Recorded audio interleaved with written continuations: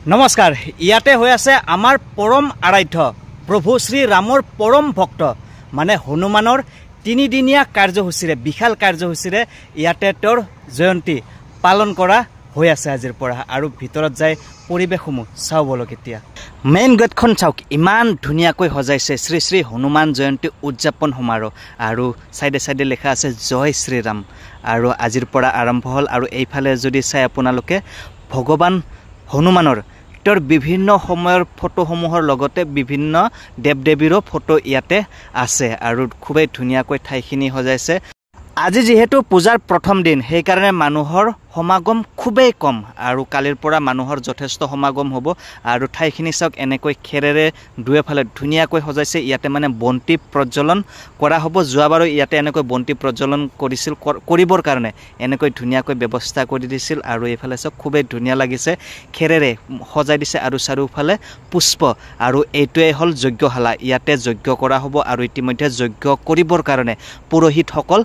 সম্পূৰ্ণ ৰূপে হাজু হৈ আছে আৰু ইয়াতে যজ্ঞ কৰিবৰ কাৰণে কাখিৰ পৰা পুৰোহিত অনা হৈছে আৰু কাখিৰ পৰা অনা পুৰোহিতসকলে ইয়াতে সম্পূৰ্ণ বিধি বিধানেৰে যজ্ঞ কৰিব আৰু এফালে চাওক যজ্ঞ কুণ্ড ৰেডি হৈ আছে আৰু তেওঁলোক যজ্ঞ কৰিবৰ কাৰণে ইতিমধ্যে হাজু হৈ আছে আৰু এই যজ্ঞশালাটো কিন্তু খুবেই ধুনিয়াকৈ আটক ধুনিয়াকৈ এফালে যদি চাই নাৰ্জী ফুলেৰে ধুনিয়াকৈ সজাইছে আৰু ইয়াতে হনুমান জয়ন্তীৰ আজি প্ৰথম দিন আৰু প্ৰথম দিনটোতে আহিছো আহি খুবেই ভাল লাগিছে আৰু যোৱা বছৰ এনেকৈ হৈছিল মানে প্ৰতি বছৰে ইয়াতে এনেকৈ হনুমান জয়ন্তী উদযাপন কৰা হয় আৰু যোৱাবাৰো আহিছিলো আৰু এই বছৰ আহিলো পৰম সৌভাগ্য বুলি নিজকে ভাবিছো কাৰণ এই পবিত্ৰ সময়টোত এই শুভক্ষণটোত আহিবলৈ সুবিধাখিনি পাইছো এইফালে আমাৰ পৰম আৰাধ্য প্ৰভু শ্ৰী ৰামৰ দৰ্শন কৰি লওঁ তেওঁৰ বিশাল আকাৰৰ এখন বেনাৰ ইয়াতে দিছে আৰু তেওঁৰ কাষতে ইফালে প্ৰভু শ্ৰী হনুমানৰ বিশাল মূৰ্তি একেবাৰে খুবেই ধুনিয়া ঠাইত স্থাপন কৰিছে আৰু খুবেই মনটো ভাল লাগি গৈছে আৰু এইফালে আন এগৰাকী পৰম দেৱতা তেওঁ হ'ল পৰম শিৱম মানে শিৱ তেওঁৰ বেনাৰটো ইয়াতে খুবেই ধুনিয়াকৈ লগাইছে আৰু এইফালে হ'ল ডাঙৰ মঞ্চটো আৰু এফালে যদি চাই প্ৰভু হনুমানৰ ঠিক পিছফালে মহাবাহু ব্ৰহ্মপুত্ৰ নদীৰ একেবাৰে খুবেই বিনন্দিয়া নৈসৰ্গিক চাওক এফালে ইমান ধুনিয়া এটা পৰিৱেশ এফালে জাহাজ আহি আছে মানে জাহাজ ঘাটৰ একেবাৰে ওচৰতে এই